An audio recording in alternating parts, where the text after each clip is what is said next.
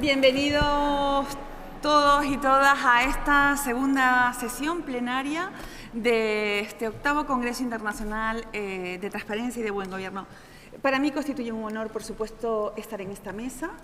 Desde luego tenemos que agradecer al director del Congreso, a Manuel Sánchez, que no lo veo, Manuel Sánchez de Diego, organizar una mesa de esta entidad, que creo que es la primera vez que se organiza una mesa, una mesa muy centrada en el papel de la justicia con protagonistas en la defensa de la transparencia. Bueno, vamos a ver. Todos conocen muy bien que tenemos un tiempo muy limitado. Entonces, yo creo que ustedes lo que quieren es escuchar directamente a los magistrados y a nuestra vocal del Consejo General del Poder Judicial, con lo cual solo voy a hacerles una observación. El papel de la justicia en defensa de la transparencia tiene las dos grandes patas, la de la publicidad activa y la de la defensa del derecho de acceso a la información pública por parte de los ciudadanos. Es decir, la parte de la función jurisdiccional y entrar en todas aquellas cuestiones de los conflictos que empieza por la naturaleza del derecho y su conflicto con otros derechos y cuáles son especialmente sus límites, los regímenes específicos que regula la ley de transparencia. Pero hay otra cuestión que es la de, como Tribunal Constitucional o Consejo General del Poder Judicial, como derechos también en esa parte de sujeción de derecho administrativo, pues evidentemente también tiene que cumplir todo el papel de políticas públicas en todo lo de políticas de publicidad activa, exactamente igual que otras administraciones con sus límites también. Entonces, vamos a empezar por una de esas dos patas de la que estábamos hablando, y tengo el enorme honor y placer de presentarles a quien no la conozca, a María del Mar Cabreja Quijarro, que es vocal del Consejo General del Poder Judicial, desde luego magistrada de la Audiencia Provincial de Toledo, y en estos momentos es vocal de la Comisión Permanente del Consejo General del Poder Judicial. Bueno, contar con ella para que nos ilustre es un auténtico honor, porque desde luego la ley está a punto de cumplir en diciembre sus 10 años de andadura, y desde luego María del Mar es la vocal encargada de las políticas de transparencia del Consejo General del Poder Judicial desde 2014. Entonces, creo que, en fin, no podemos aspirar a mucho más, ¿no? Decirles que es vocal directora de los portales de transparencia, por supuesto del Consejo General, lo que lo ha supuesto representarlo como responsable de su política de transparencia, pero además hay un dato de enorme interés que complementa esa visión que tenemos, que es su posición institucional de vocal directora del repositorio anticorrupción del Consejo General del Poder Judicial.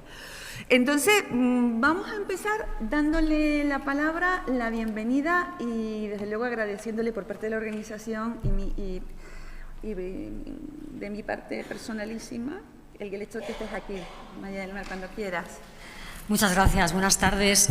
Para mí lo primero es un honor estar aquí, es la segunda vez que participo en un congreso de transparencia. Me siento muy halagada, me siento un poco, lo quiero decir, porque estoy en una mesa con dos magistrados excepcionales, y yo no voy a aspirar en modo alguno a hacerles sombra, sino todo lo contrario, vengo también a aprender de ellos. Voy a ser el caso práctico, podía haber sido al final, voy a empezar siendo el caso práctico. Siempre digo que esa es lo que puedo aportar, mi experiencia, y creo que esa es interesante por el lugar donde estoy, ¿no?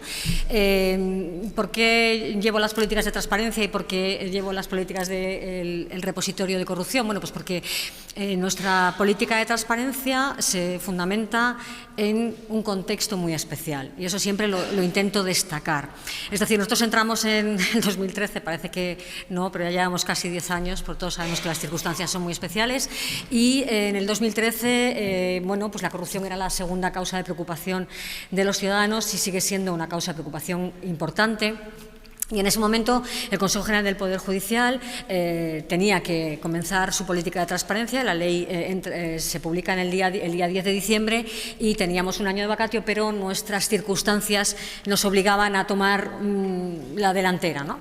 Bueno, y cuando nos planteamos hacer un portal de transparencia nos dimos cuenta que la ley de transparencia, yo en esto voy a ser un poco crítica, espero que la reforma de la ley nos ayude, era para mí muy deficiente en relación con los órganos constitucionales, porque estamos prácticamente en la parte residual, se nos obliga a una transparencia muy básica, de tal forma que nosotros teníamos un portal que hubiéramos hecho un traslado de lo que teníamos en nuestro portal, prácticamente le hubiéramos puesto el nombre portal de transparencia y ya habríamos acabado. Y esa era una opción.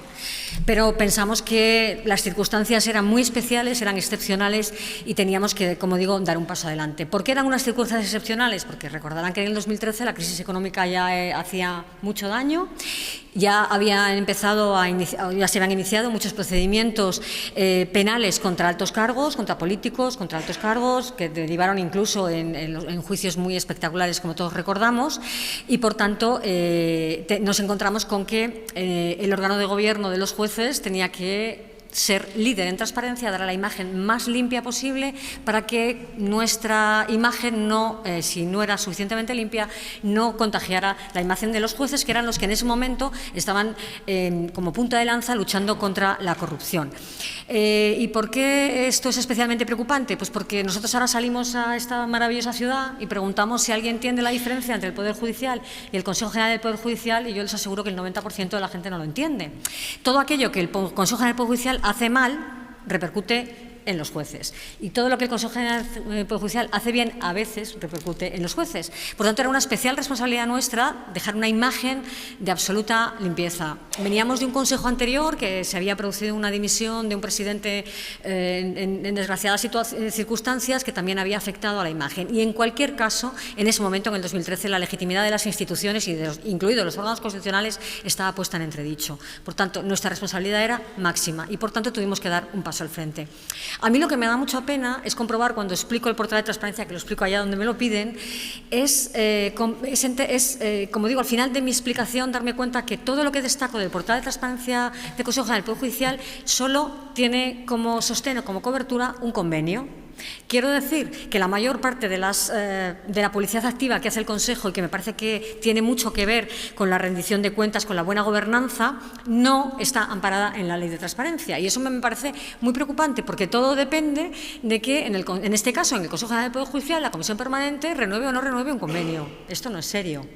Esto no es serio. Por eso yo, cuando ya creo que nos van a renovar, cuando ya creo que esto va a llegar, pues siempre pido a todos mis compañeros, por favor, pedid que se renueve el convenio, porque si no se renueva el convenio, podríamos hacer incluso una escenificación de cómo desaparecería prácticamente todo el contenido de nuestro portal sin el convenio. Y esto no puede ser. Esto no puede ser, porque nosotros tenemos la responsabilidad de explicarles a los ciudadanos no solamente lo que hacemos, sino cómo lo hacemos, y que lo hacemos de una manera totalmente adecuada, con arreglo a la ley, y sobre todo que nuestras decisiones, que tienen un carácter político importante, porque somos un órgano de gobierno político, tenemos que explicarles a los ciudadanos por qué las tomamos. Por tanto, nuestra decisión tuvo mucho que ver con esas circunstancias, y por eso también tiene que ver derivado también con un aspecto importante de la corrupción. ¿Por qué? Porque, como digo, que el Consejo es un lugar muy especial y muy diferente a otros órganos de gobierno. Nosotros no podíamos, se formó un grupo de transparencia en el que yo solamente era la vocal. Yo creo que pues avanzamos mucho, pero cuando solo hay un vocal avanzamos. Cuando hay muchos, pues la cosa se complica. Nos tenemos que poner de acuerdo muchos, y entonces, bueno, yo tuve la suerte que me nombraron vocal de transparencia y avanzamos muy deprisa, pero yo no puedo imponerles a mis compañeros vocales determinadas cuestiones que yo quiero que aparezcan en el portal, porque no les va a gustar, y no les gustó, de hecho, y porque no son cómodas, porque la transparencia, como digo, es la palabra más manoseada últimamente, pero a todo el mundo le encanta la transparencia del de enfrente, pero desde luego cuando nos toca a nosotros no nos gusta. Bueno, pues para yo conseguir imponer esos nuevos indicadores que nutren nuestro portal al resto de los vocales, tuvimos que buscar una forma jurídica, y nuestra forma fue alcanzar un acuerdo con Transparencia Internacional, que en ese momento bueno, nos pareció un organismo de suficiente prestigio como para unirnos a él, y de hecho, a partir de nuestro convenio con Transparencia Internacional, muchas otras instituciones, incluso Fiscalía y otros órganos han adoptado esta misma vía.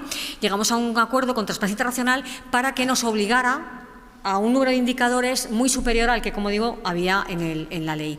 Y nos pidieron algo a cambio. Claro, como siempre, esto es una forma de negociar, evidentemente, y ya descarto para que nadie se preocupe, no nos pidieron dinero, porque eso hubiera sido muy preocupante. Nos pidieron dos cosas. Nos pidieron una encuesta que hicimos a los jueces del ámbito penal para que nos dijeran, una encuesta muy complicada, que salió muy bien. Como no tengo tiempo, se la recomiendo para que la vean en el portal, para que preguntásemos a los jueces de penal si se sentían presionados directamente cuando tramitaban un procedimiento de corrupción. Fíjense si las preguntas eran directas, lo hicimos y por suerte salió muy bien, como no podía ser de otra forma. Y la segunda parte que nos pidieron fue que hiciéramos un repositorio de procedimientos que se tramitan sobre delitos de corrupción. ¿Por qué? Pues porque Transparencia Internacional es un organismo que tiene sede en todo el mundo y, bueno, cuando se mueve por otros organismos internacionales le preguntaban, sobre todo en la primera época, en la época a partir del 2014-2015, si la percepción que daba la ciudadanía española sobre la corrupción tenía un reflejo real. Si esa percepción tan alta de la corrupción, que le llevaba a casi el primer puesto de la preocupación, realmente tenía una realidad. Y Transparencia Internacional no tenía datos, porque Fiscalía Anticorrupción, aparte de que trata también la corrupción privada, que pues claro, desnaturaliza un poco el mapa, porque si empezamos a meter las estafas, pues entonces aparece esto, Sicilia años 20, ¿no? Claro, porque en todas las ciudades hay procedimientos de estafa y eso no es lo que nos da la pauta. No tenían esa información. Bueno, eso es lo que más tiempo nos costó, lo que le ha dado también es como nuestra joyita dentro del portal, que también les invito a que lo consulten. Y a partir de ahí nosotros, bueno, en un proceso muy complicado que no tengo tiempo de explicar, conseguimos este repositorio. Un repositorio que es un nombre muy feo, como ustedes ya sabrán, que es un depósito de datos que se van renovando.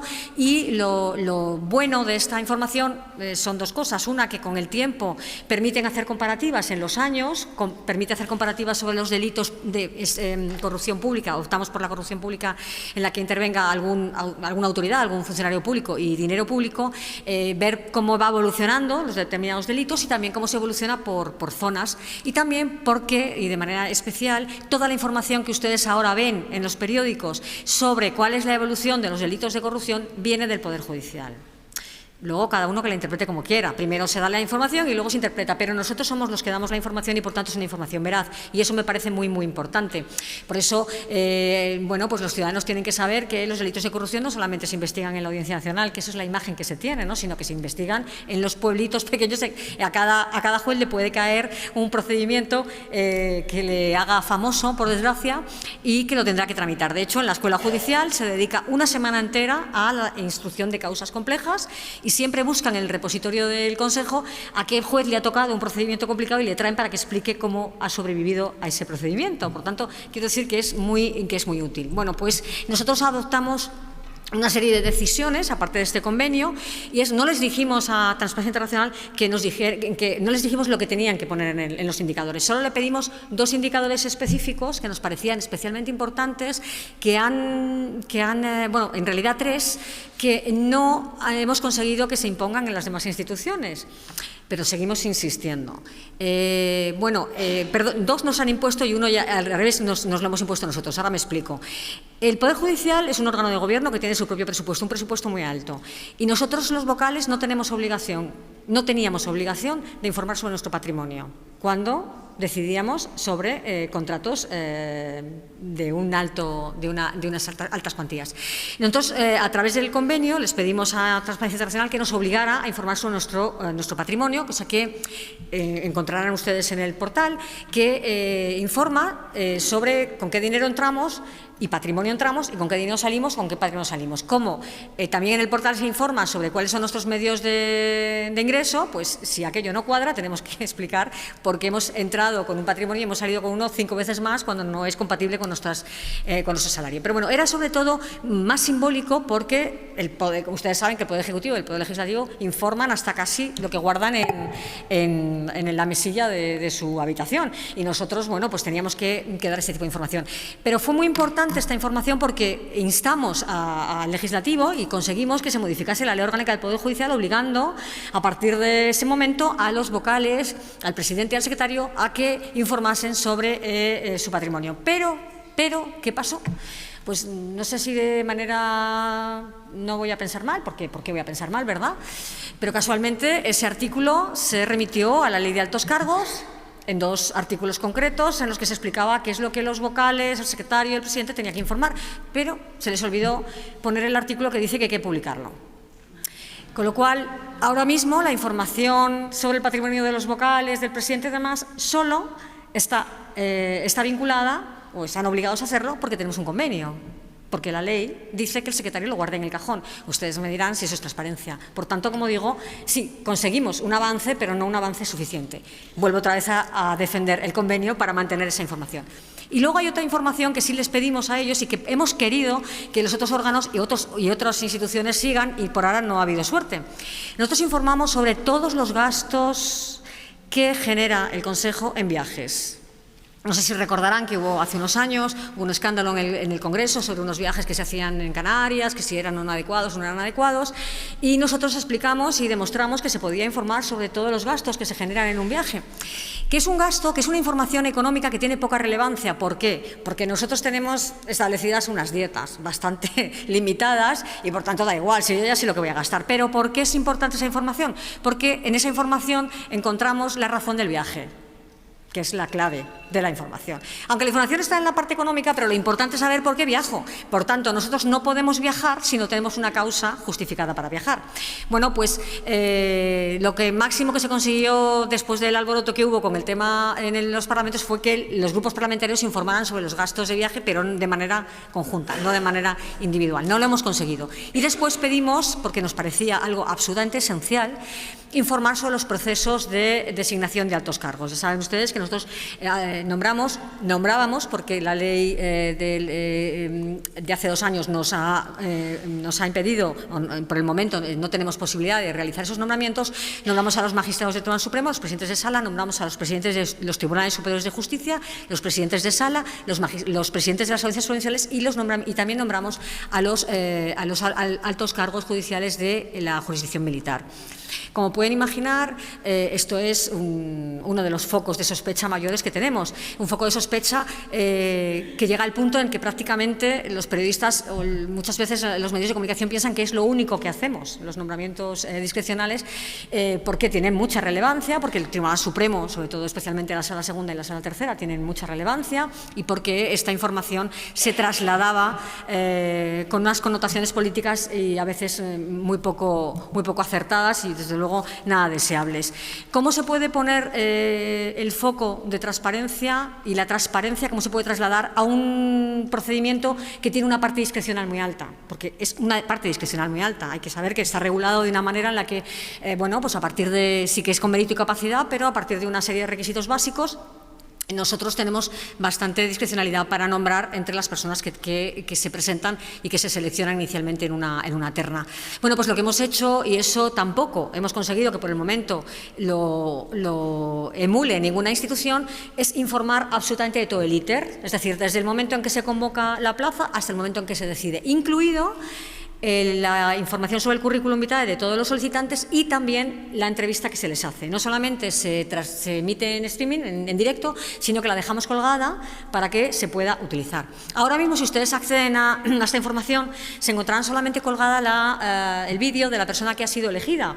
¿Por qué? Porque muchos compañeros nos decían, yo no quiero que, si no he sido elegido, aparezca ahí mi vídeo y mi currículum para siempre, ¿no? Porque es un poco humillante para algunos, ¿no? Entonces nosotros le dijimos, vale, muy bien.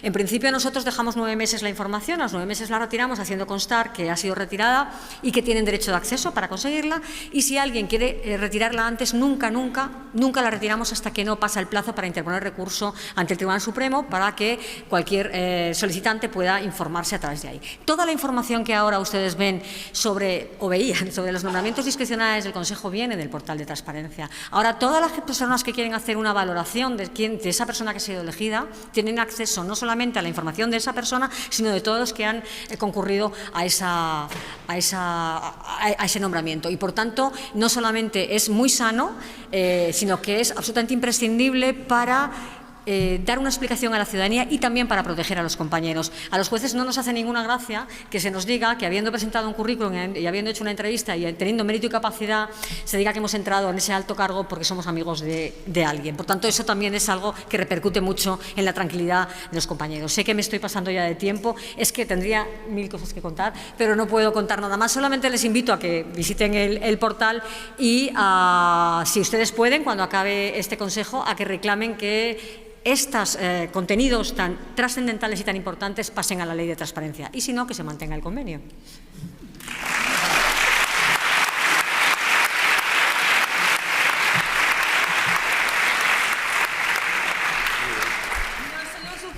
Sino muy aplaudido. Muchísimas gracias, Mar. Bueno, pues ahora tiene la palabra nuestro magistrado del Tribunal Constitucional, César Tolosa Triviño. Vamos a ver, nuestro magistrado ha sido presidente también, magistrado del Tribunal Supremo, de la Sala del Contencioso Administrativo, y también presidente de la Sala Tercera de lo Contencioso Administrativo del Tribunal Supremo. Por dar algún dato más, desde luego también se ha dedicado a la academia, ha sido una persona bastante implicada en formación, escuela de práctica jurídica, incluso en la universidad, con lo cual creo que tiene todos los ingredientes para tenernos muy pendientes sobre su exposición. Sin más, le cedo la palabra. Muy bien, buenas tardes. En primer lugar, también, como acaba de expresar en sus primeras palabras mi compañera y colega Mar Cabrejas, pues el agradecimiento a la organización de este congreso por la invitación que me ha cursado. Es mi debut en un congreso de esta naturaleza. Espero que no sea, después de mi intervención, no sea la última vez que quieran ustedes escucharme.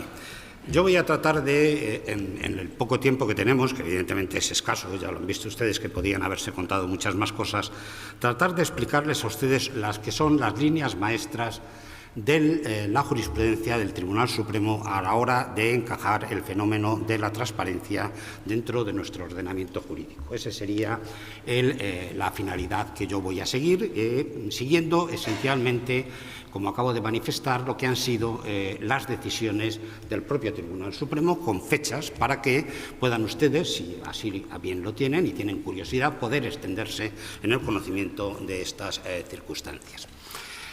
Si tenemos que situar la transparencia dentro de nuestro ordenamiento jurídico, creo que todos estaremos de acuerdo en que la transparencia está directamente relacionada o tiene su origen esencialmente en el artículo 105 del texto constitucional y, en un sentido mucho más concreto, en el derecho de acceso a los archivos y registros, que se regulaba como un elemento puramente del procedimiento administrativo en la Ley 30/92.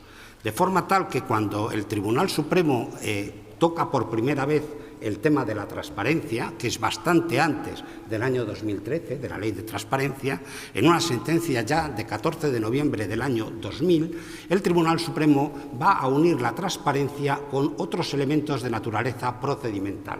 Afirma así el Tribunal Supremo en esa sentencia del año 2000 que la transparencia, la necesidad de la audiencia a las partes en el procedimiento y la exigencia de la motivación de las resoluciones administrativas constituyen lo que podemos denominar el contenido de un derecho de tercera generación, que no es otro que el principio de buena administración, que, como todos ustedes saben, está en este momento positivizado en el artículo 41 de la Carta Fundamental de la Carta de Derechos de la Unión Europea.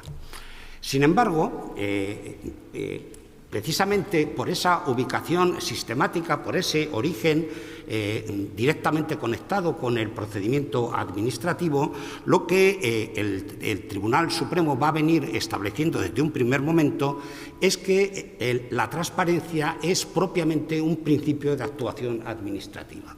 Consecuentemente, fíjense ustedes que todavía no estamos siquiera hablando de cuál es su verdadera naturaleza jurídica, estamos hablando de que se trata de un principio de actuación de las administraciones públicas, un principio de actuación y una idea que además recoge el propio legislador del año 2013, porque si ustedes acuden al título primero, al capítulo tercero, cuando regula el acceso a la información pública, se refiere textualmente a que la transparencia o el acceso a la información constituye legislación básica que desarrolla el principio constitucional de acceso. Por tanto, continúa hablando de la existencia de un principio constitucional.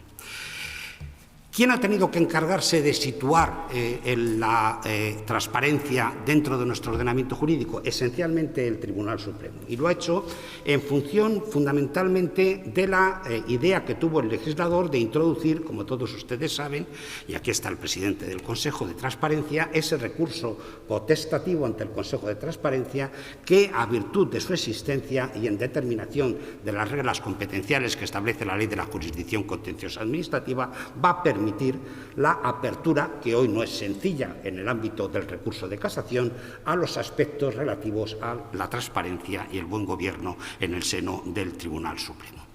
En ese sentido, la primera cuestión que creo que hay que analizar, y me parece que está en la mente de todos, es cuál es, lo decía antes, la naturaleza jurídica de este derecho. Porque esta cuestión, que parece meramente teórica, es sumamente importante, como luego trataré de demostrarles desde el punto de vista práctico. Si acudimos al derecho europeo y acudimos esencialmente a la normativa europea, nos damos cuenta cómo el derecho a la transparencia se ha situado en conexión al menos con tres derechos fundamentales. En primer lugar, con el derecho a la participación política, el derecho del artículo 23 de nuestro texto constitucional. En segundo lugar, el derecho a la información del artículo 20 y cada vez más se va situando junto con el derecho a la tutela judicial efectiva del artículo 24 de la Constitución. ¿Por qué tiene mucha importancia esta cuestión? Pues no solo desde el punto de vista teórico, que evidentemente la tiene, sino también desde el punto de vista práctico. ¿Por qué? Porque la determinación de la naturaleza jurídica va a venir directamente conectada con los instrumentos de protección jurisdiccional de ese derecho. Y luego vamos a ver si efectivamente en nuestro país contamos con instrumentos jurisdiccionales suficientemente potentes como para hacer realmente eficaz el derecho de los ciudadanos de acceso a la información pública. Ya les adelanto que, a mi juicio, esto no es así. El Tribunal Supremo, desde un primer momento, y hoy sigue siendo esa suposición inamovible, y si no, mi compañero Pablo Lucas podrá corregirme. Yo tengo aquí la última sentencia, es una sentencia de 7 de febrero de 2023, por tanto, recientita, más, podía ser más, pero bueno, en la jurisprudencia algo del 23 es ahí mismo. El Tribunal Supremo ha venido a establecer claramente que los únicos derechos fundamentales que son susceptibles de protección jurisdiccional son los que vienen establecidos en el artículo 53.2 de la Constitución. Y ha llegado a afirmar que efectivamente hay muchos derechos que deben ser interpretados de acuerdo con los textos internacionales en materia de protección de los derechos fundamentales, pero que no por ello esa interpretación conforme a los derechos fundamentales convierte a un derecho de configuración legal en un derecho fundamental. Y esto es exactamente lo que ocurre con el derecho de acceso a la información pública por parte de los ciudadanos. Para el Tribunal Supremo estamos ante un tema puramente de legalidad ordinaria, porque es un derecho de naturaleza puramente legal, de configuración legal, como se demuestra, se nos dice, con su regulación mediante la Ley de Transparencia del año 2012. Insisto que, no voy a citarles a ustedes la jurisprudencia, la primera sentencia probablemente en la que se fija la posición es una sentencia de 30 de marzo del año 1999, y Y a partir de ahí, insisto, que yo tenga conocimiento, la última de las sentencias dictadas en cuanto a la naturaleza jurídica es esta de 7 de febrero del año 2023. En esa sentencia se dice una cosa suficientemente clara y tajante. No se preocupen porque no les voy a leer sentencias, porque si les leo sentencias ya saben ustedes que tiene un efecto sedante tremendo. Nuestras sentencias tienen, la suerte de nuestras sentencias es que podrían ser utilizadas en los hospitales públicos cuando no haya anestesia suficiente. Pues bien, hay que decir que esta sentencia lo que dice es que no estamos ante un derecho fundamental, como se infiere de la configuración y ubicación sistemática en el texto constitucional. Consecuentemente, estamos ante un derecho de pura configuración legal que puede estar conectado, quédense con esta idea por lo que después les diré, que puede estar conectado con derechos fundamentales, a los tres a los que acabo de hacer referencia, 20, 22, 23 y 24, pero que no tiene esa caracterización. Lo que sí que hizo el Tribunal Supremo inmediatamente fue establecer cuáles son las características esenciales del derecho de acceso a la información pública. Y ahí, en una sentencia de 16 de octubre del año 2017, estableció cuáles eran las 4 características fundamentales del derecho tal como viene configurado en la ley.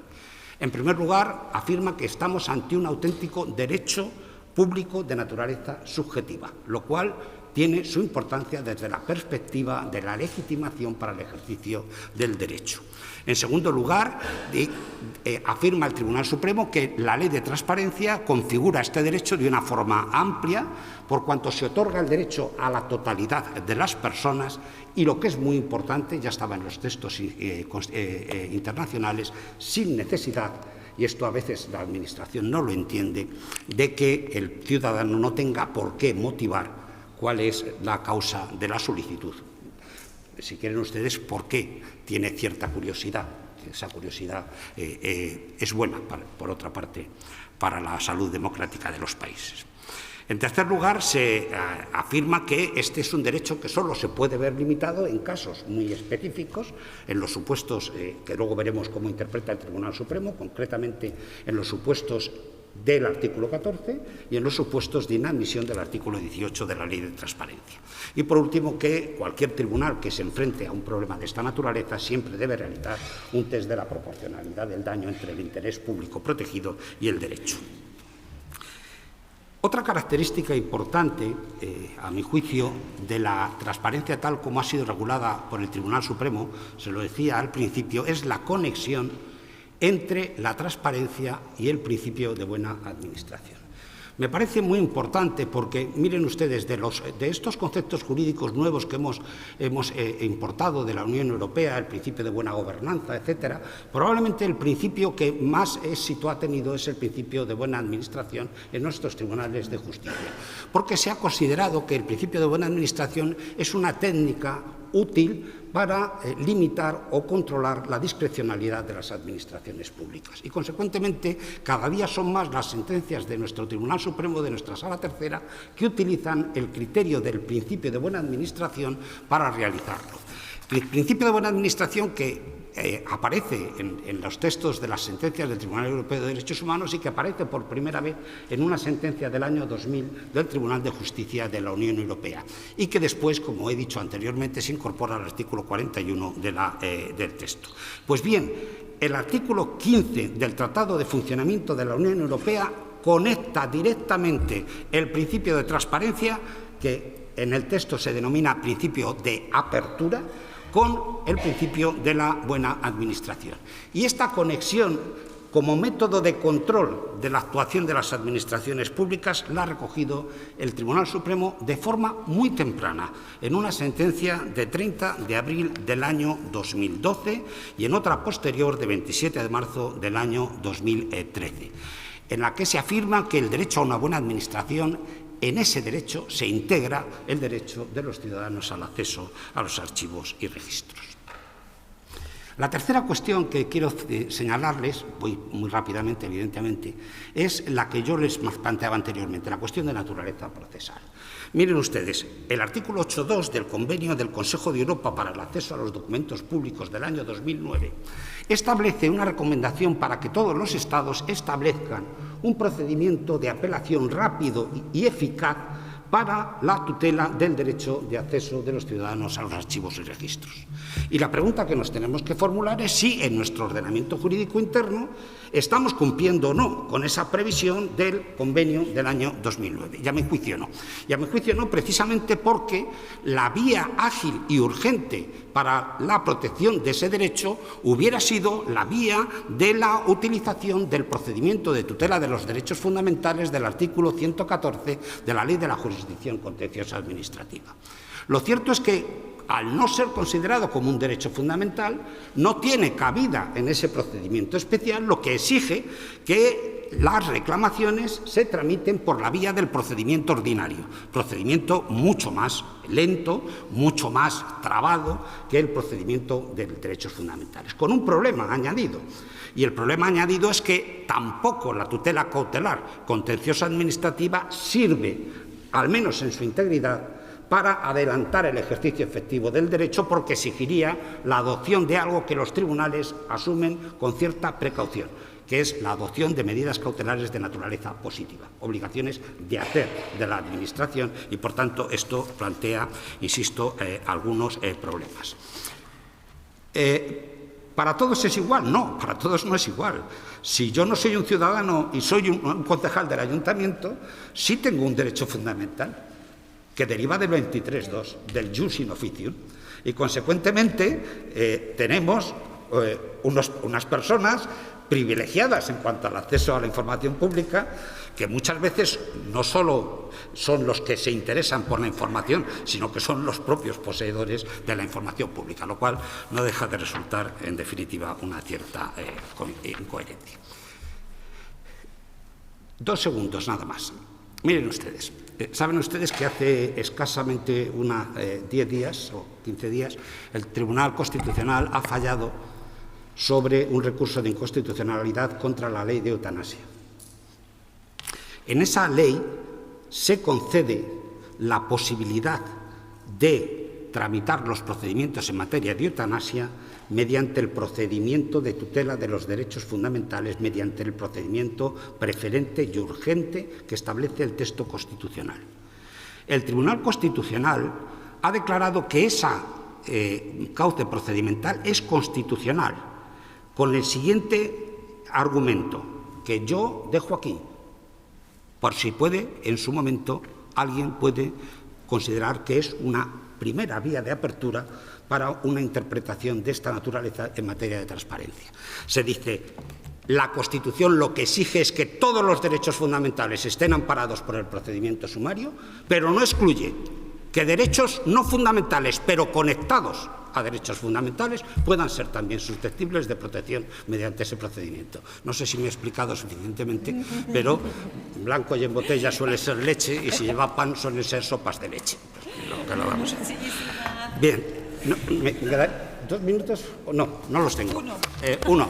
Pues nada, simplemente los regímenes especiales, que tengan ustedes, otra de los grandes problemas es la interpretación de la famosa disposición adicional primera de la ley. Cuando estamos ante legislación sectorial que implica el desapoderamiento, miren, todos los administrativistas hemos oído hablar de la huida del derecho administrativo. En nuestro país podemos hablar ya de la huida de la ley de transparencia, porque toda la legislación intenta establecer al menos algún principio en materia de acceso a la información pública que permita la aplicación de este principio. El Tribunal Supremo en esta materia, y el Consejo de Transparencia también, está siendo de una rigurosidad tremenda. Y así cuestiones tales como la Ley del Mercado de Valores, la Ley General Tributaria, etcétera, etcétera, se ha dicho que no están fuera de la Ley de Transparencia. Sí lo está, y con esto ya termino, que fue el primer ejemplo que tuvo que analizar, una ley que lógicamente contiene el acceso a la información pública, porque lo lleva en su título. la Ley 27/2006 de acceso a la información pública en materia de medio ambiente. Volvemos a lo mismo, blanco y en botella sigue siendo leche. Muchísimas gracias.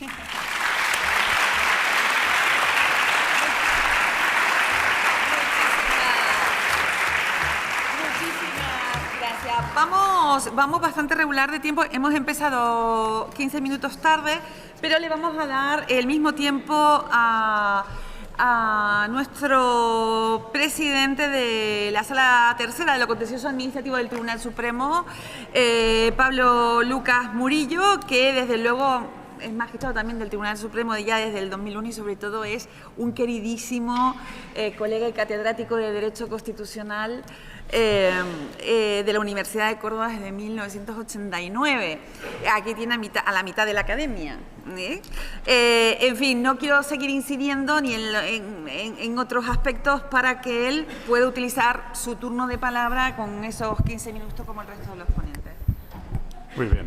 Muchas gracias, Chari, por tu presentación, y también expreso mi agradecimiento, además de a la profesora García Mahmud, a los organizadores del convenio, del Congreso, por contar conmigo y ofrecerme la oportunidad de participar en una mesa de la que forman parte Marca Brejas y César Tolosa. Me siento muy honrado por ello. En esta sala de la Facultad de Derecho de la Universidad de Alcalá de Henares, en la que yo me inicié como profesor de Derecho Político allá por 1979, pasado un tiempo. No estábamos en este edificio, sino en otro, pero sí en la Facultad de Derecho de la Universidad de Alcalá de Henares. Y aquí tuve mis primeros alumnos, algunos de los cuales son ahora profesores de esta Facultad de Derecho. Bueno, me siento muy honrado y agradecido. Dicho esto, después de la intervención de César Tolosa, que ha sido mi presidente hasta enero, hasta diciembre del año pasado, y yo pues simplemente no soy presidente de la Sala Tercera, ejerzo las funciones, que no es lo mismo, porque soy el más antiguo de los que quedamos en la sala. Pero esto se resolverá pronto, porque no quedaremos ninguno enseguida.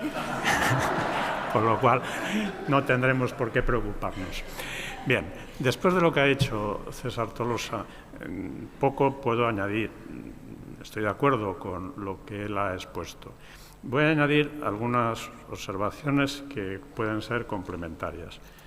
La primera, sobre la naturaleza del derecho. Ciertamente, hay colegas que han sostenido con énfasis que el derecho a acceder a la información pública es una manifestación del derecho reconocido en el artículo 20 de la Constitución, el derecho a ser informado. Pero a pesar de que ha habido quien lo ha defendido con energía y lo defiende, la tesis que se ha implantado, que ha prevalecido, yo creo que en la mayoría de la doctrina, legislativamente también, y desde luego en la jurisprudencia, no es esa, sino que no es un derecho fundamental. Lo que pasa es que nosotros llamamos derechos fundamentales, como ha recordado César Tolosa, a los que están protegidos por el recurso de amparo ante el Tribunal Constitucional y deben ser desarrollados por ley orgánica. Pero hay otros derechos que, sin tener ese apellido, son derechos que tienen fundamento constitucional, y este es uno de ellos. Y tienen derecho y tienen acceso a la tutela judicial, a la tutela por los tribunales. Y las leyes que lo regulen deben respetar su contenido esencial. Por eso, desde hace tiempo, se viene defendiendo que verdaderamente derechos fundamentales no son solo los que tienen esa protección jurisdiccional específica en el amparo ante el Tribunal Constitucional y su desarrollo está reservado a la ley orgánica, sino que son muchos más. Y en ese grupo de muchos más, pues puede entrar perfectamente, entra el derecho a acceder a la información pública, el derecho de los ciudadanos a conocer la información que obra en poder de los poderes públicos, porque al fin y al cabo los poderes públicos son instrumentales, están al servicio de la sociedad, están al servicio de los ciudadanos, no tienen un interés propio ni una legitimidad propia. La que tienen es en cuánto sirven a las personas, en cuánto nos sirven a los particulares, a los ciudadanos. Para eso existen. Y por eso se puede construir, aunque no con todos los desarrollos, no con todas las posibilidades que sí están al alcance de los derechos fundamentales formalmente reconocidos como tal, sí tienen la posibilidad de alcanzar una protección intensa,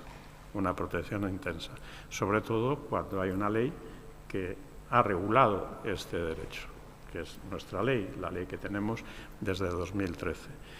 Y ese régimen jurídico de protección del derecho pues no solamente tiene pues, un procedimiento, no solamente tiene unos criterios, no solamente establece pues, unas pautas de actuación, sino que además se preocupa de crear pues, un aparato institucional especializado para contribuir a la efectividad de ese derecho, que es el Consejo de Transparencia, cuya intervención puede sustituir a los recursos administrativos, ¿no? Aunque acudirá él sea potestativo. Ya desde hace tiempo, cuando se abren materias o campos nuevos en derechos de las últimas generaciones, como por ejemplo ha sucedido con el derecho a la protección de datos, se ha visto que en la creación de instancias o instituciones especializadas, siempre en posición de independencia, se consigue una línea de protección muy efectiva, muy eficaz, para esos derechos a los que se refiere. La Agencia Española de Protección de Datos, que también nos acompaña hoy el presidente del Consejo de Transparencia, que antes fue director de la Agencia Española de Protección de Datos.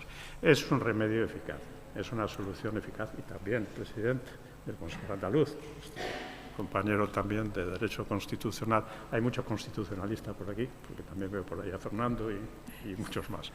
Estamos absolutamente presentes. Bueno, pues es un medio eficaz de salvaguardar los derechos.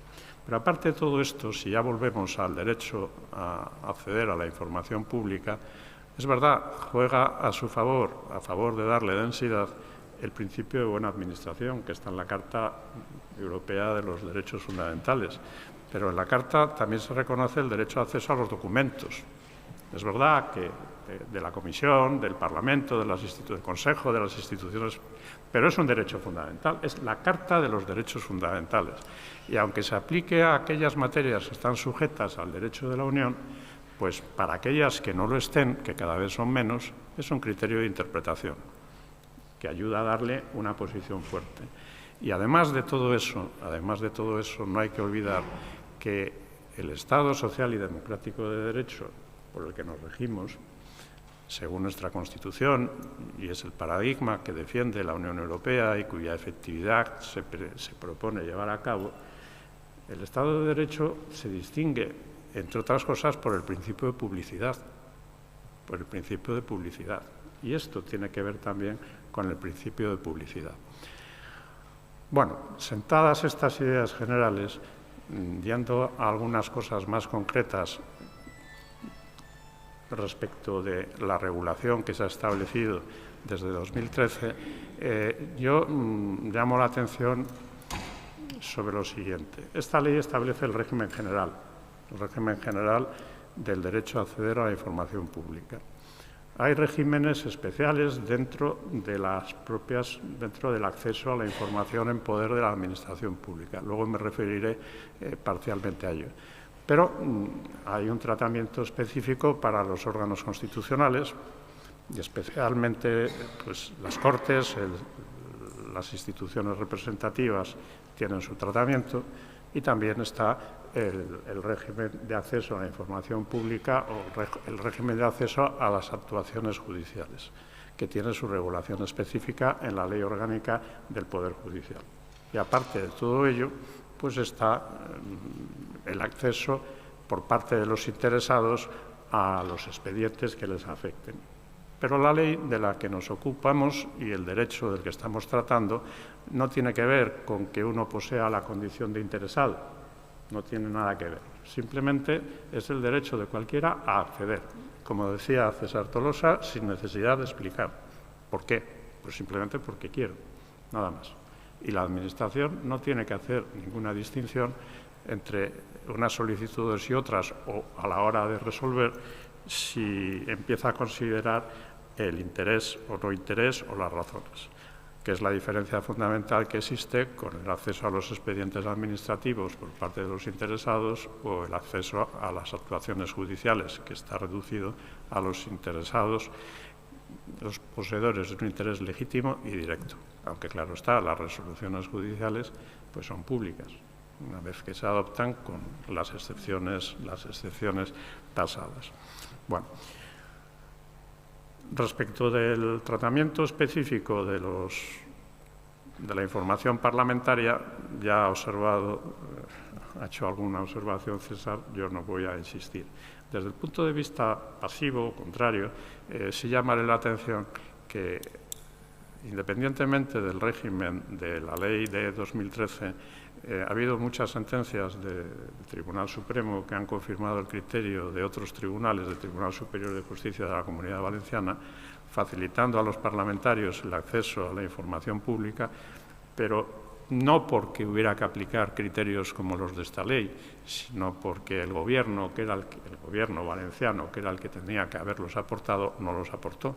Y ahí pudimos hacer valer el derecho fundamental a la participación política en relación con el derecho a la información. Porque esto, también lo ha puesto de manifiesto César antes, sucede muy a menudo. Un derecho que no es fundamental se puede hacer valer relacionándolo con un derecho fundamental. Por ejemplo, el derecho a la salud no es un derecho fundamental, pero en relación con el artículo 15, el derecho a la vida, a la integridad y a otros, pues se puede conseguir una protección intensa. Bueno, pues ahí nos sirvió el derecho fundamental a la participación política.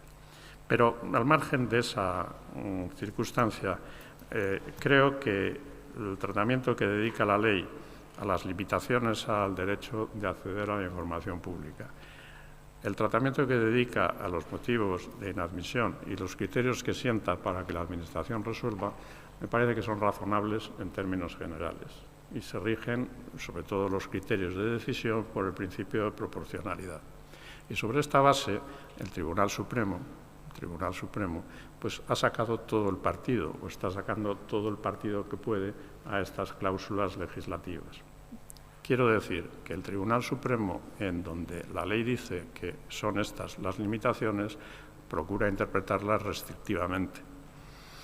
Cuando dice el Tribunal Supremo que estas son las causas de inadmisión, también las aplica de una forma restrictiva, porque en materia de derechos las limitaciones deben interpretarse siempre restrictivamente. Y esa es una tarea muy propia del arbitrio judicial o de la labor judicial. A eso es a lo que se dedican o a lo que nos dedicamos los jueces.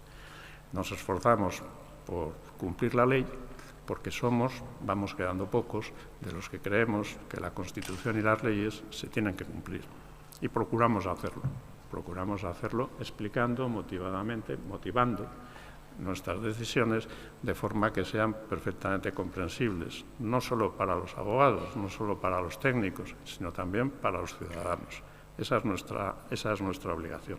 Bueno, pues entonces la ley creo que esos criterios o esas pautas que establece para limitar los derechos, inadmitir en su caso solicitudes y los criterios que aplica son razonables. Desde ellos, las diversas sentencias que desde que se empezó a aplicar la ley de 2013 se han ido dictando, pues han precisado ciertamente que ahí está el régimen general y que hay que aplicarlo salvo cuando haya una legislación específica, no cualquier precepto, no cualquier regulación, sino que haya una regulación legal específica. Y, por tanto, la amplitud, sin exclusiones. Y además es básica, con lo cual se impone también a las comunidades autónomas. Y esto ha servido, por ejemplo, para que una reciente sentencia corrija el criterio observado en Murcia, que entendía que los entes locales de la región de Murcia no estaban sujetos a las exigencias. Y dice, naturalmente que sí, porque la ley de 2013 es una ley básica, y aunque la ley de Murcia no los incorpore, ustedes tienen que atender también las solicitudes al Consejo de Murcia, Consejo de Transparencia, porque hay legislación autonómica y consejos autonómicos sobre esta materia. Y uno de los primeros casos en los que nosotros nos tuvimos que enfrentar a los problemas de la ley fue el del alcance temporal, porque curiosamente cuando Cibio quería saber quién era el personal eventual del Tribunal de Cuentas, el abogado del Estado contestó diciendo no, lo que pasa es que esta ley solo sirve para acceder a la información que se haya generado a partir de su entrada en vigor. no para nada de lo anterior. Una cosa increíble. Bueno, pues tuvimos que decir, este derecho es incondicionado desde el punto de vista temporal. Y sí tiene limitación, pues por ejemplo, cuando se ven afectados derechos de los particulares, derechos de terceros, derecho a la intimidad, también el derecho a la protección de datos, y por eso hemos puesto de manifiesto la importancia esencial que tiene el que se dé audiencia en el procedimiento antes de decidir a aquella persona o personas a las que afecta la información a la que un tercero quiere acceder. Es muy importante. Y también en las sentencias, las numerosas sentencias, sobre todo de la sección tercera, que es la que conoce principalmente de esta materia, pero también, por ejemplo, la mía, la cuarta, porque conocemos de derechos fundamentales y porque conocemos de los pleitos de personal y tenemos la competencia residual, pues hemos procurado ajustar el límite de la confidencialidad y el límite del secreto cuando se opone a sus justas dimensiones. Porque el hecho de que haya determinadas materias confidenciales o calificadas de confidenciales no significa que todo deba ser confidencial. En definitiva, porque veo que ya he llegado a los 15 minutos, esto es simplemente un dato o un ejemplo de ese esfuerzo constante que hacemos por limitar los límites, de ajustar los criterios de tal forma que el derecho cobre fuerza y sirva para la finalidad para la que ha sido creada. Si hubiera tiempo, pues hay una casuística muy grande y muy divertida, pero no quiero abusar más de la paciencia de todos ustedes ni extenderme más de lo que ya han hablado mis compañeros. Espero haber arrojado alguna información de interés a lo que aquí estamos considerando. Muchas gracias por su atención.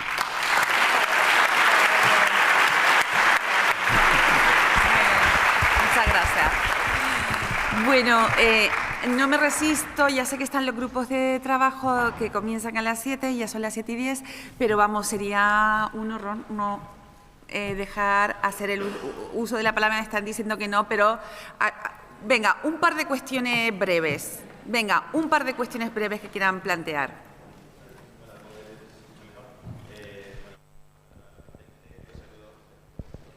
Soy Emilio Guichó, catedrático de Derecho Administrativo de la Universidad de Sevilla. Creo que los conozco personalmente a los tres, así que es un placer saludarlos.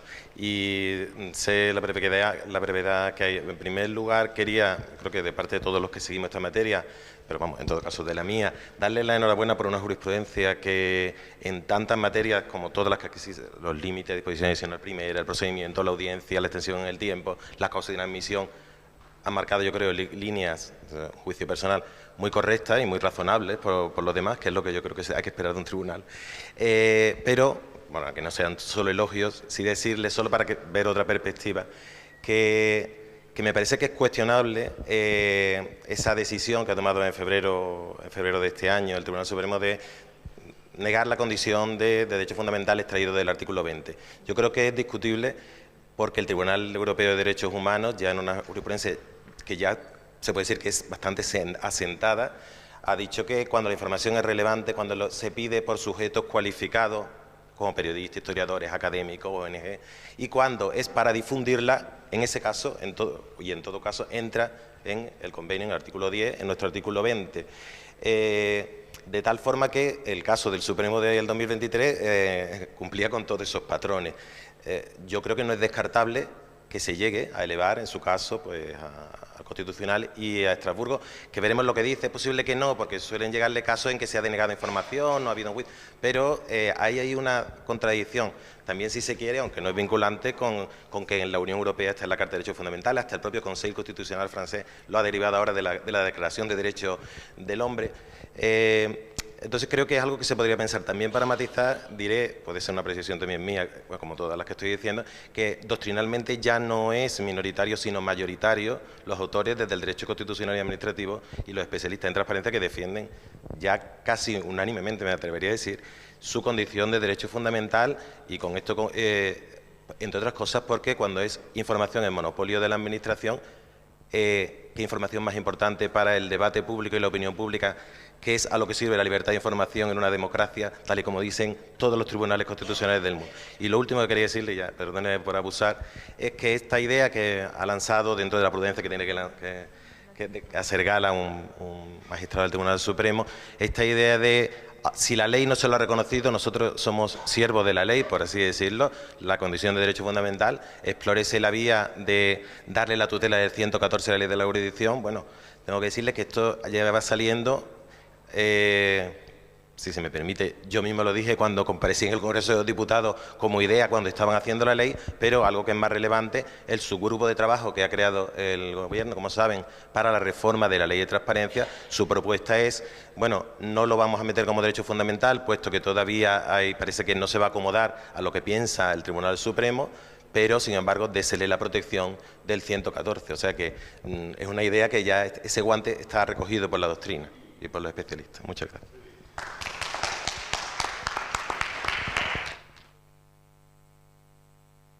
Una intervención. Es que, vamos a ver, lo que va a ser difícil es que el Constitucional se pronuncie sobre esa cuestión. Y lo digo porque, en fin, los caminos para llegar al Constitucional no son precisamente autopistas. Por tanto, ¿qué derecho se podría invocar? Eso es lo que yo estoy planteándome en este momento. ¿Qué derecho podríamos invocar para impugnar ante el Tribunal Constitucional la doctrina del Tribunal Supremo? El 20 en amparo, cuando el Tribunal Supremo ha concedido el derecho al acceso a la información. En cuyo caso tendríamos un problema de si estamos ante un verdadero conflicto constitucional o estamos ante una mera cuestión teórica que no afecta al contenido de la resolución dictada. No sé si me estoy explicando. Sí. Quiero decir, no quiero hacer juicios de valor, pero sí quiero poner de relieve que efectivamente a mí me parecería muy bien.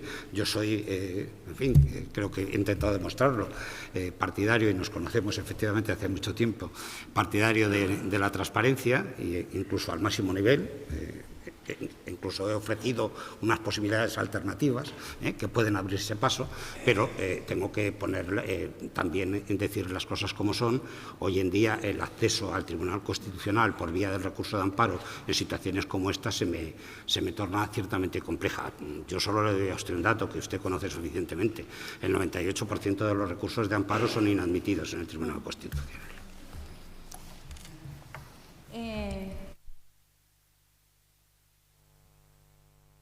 Yo estaba pensando en el profesor Richot cuando hacía referencia a la tesis del artículo 20 como fundamento del derecho a acceder a la información pública. Pero a mí lo que me parece importante es la protección. Y no creo que en este momento el derecho de acceso a la información pública tenga menor protección que la que tendría de habérsele puesto el apellido de derecho fundamental. No lo creo, porque está siendo protegido de manera sustancial. Esto es lo que me parece más importante. Y yo creo que antes o después superaremos la distinción entre derechos fundamentales y derechos reconocidos en la Constitución que no lo son. ¿Qué protección va a tener más, por ejemplo, el derecho al matrimonio si se le dijera que es un derecho fundamental en vez de que no lo sea porque no está entre el 14 y el 29? No va a tener más, no va a tener más. El recurso de amparo, pero el recurso de amparo nos lo acaba de decir César Tolosa. ¿Cuántos recursos de amparo se admiten al año? Son poquísimos. ¿Y cuántos se estiman? Pues todavía menos aún. ¿Cuál es la tutela real, efectiva de los derechos fundamentales? La tutela judicial y la que pueden prestar los organismos especializados. Ahí es donde se juega la realidad, la efectividad del derecho. Yo no desconozco la importancia que tiene el rango, por así decirlo, pero creo que hay que atender a la realidad. Y la realidad me lleva a considerar que es un menor problema o un problema menor que acabaremos superando. Sí.